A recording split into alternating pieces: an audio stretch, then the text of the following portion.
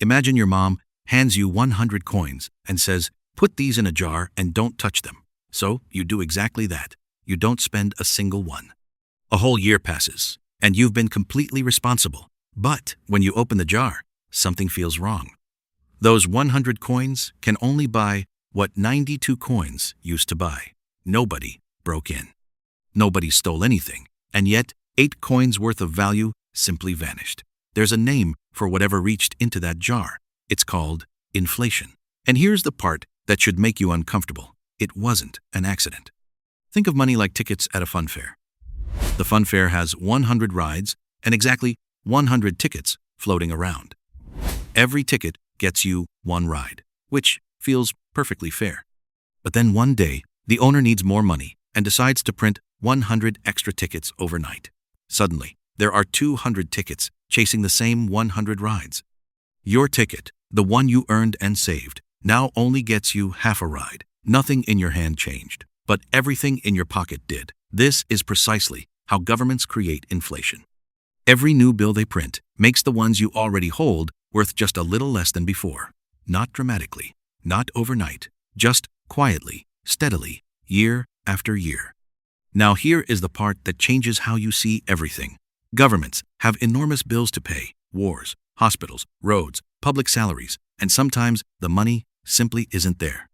They could raise taxes, but raising taxes is political suicide. Nobody votes for a politician who reaches into their wallet. So instead, they do something far quieter and far more clever. They print money. The new money covers the bills. The crisis passes, and everyone moves on. But the cost doesn't disappear. It spreads invisibly across every single person holding that currency. Your savings slowly shrink. Your salary buys a little less each month. Your rent creeps upward year after year. And yet nobody ever sent you a tax bill. Nobody knocked on your door and asked for permission.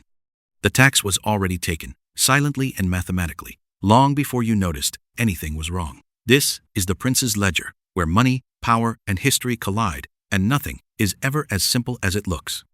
To understand where this leads, when it goes wrong, you need to visit Germany in 1921. The country had just lost World War I and owed crushing war debts it had no realistic way to pay.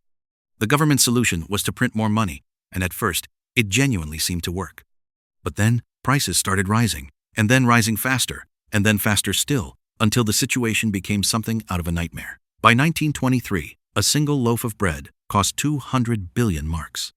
Workers demanded to be paid twice a day because wages earned in the morning were worth noticeably less by the afternoon. People carried their money in wheelbarrows not because they were wealthy, but because buying a single bag of groceries required a physical mountain of cash. There's one story from that period that stays with you. A woman left her wheelbarrow full of money outside a shop while she went inside. When she came back out, the wheelbarrow had been stolen. The money was still there, left in a pile on the pavement. It simply wasn't worth taking. You don't need a wheelbarrow today, but the same quiet erosion is happening right now, all around you. Think about what your parents' first salary could buy. Think about what a house cost 20 years ago in your city. Think about the price of a simple cup of coffee 10 years back.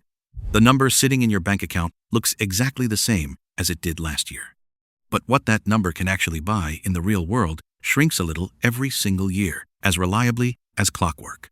This isn't bad luck, and it isn't some mysterious force of nature. It's a system operating precisely as it was designed to operate. And here is the part that almost nobody teaches you in school. Inflation doesn't hurt everyone equally, not even close. If your wealth is sitting in cash, inflation eats it slowly but surely, year after year.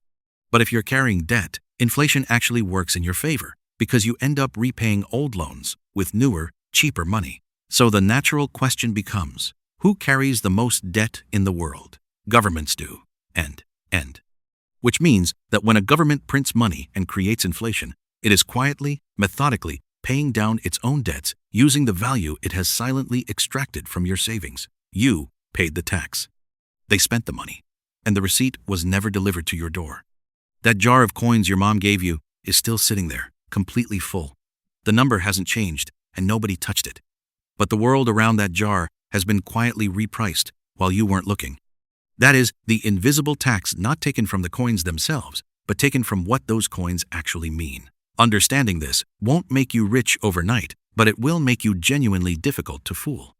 And in a world built on invisible transfers happening just below the surface, that kind of awareness is worth far more than any jar of coins ever could be. History has the answers. The prince's ledger will show you where to look.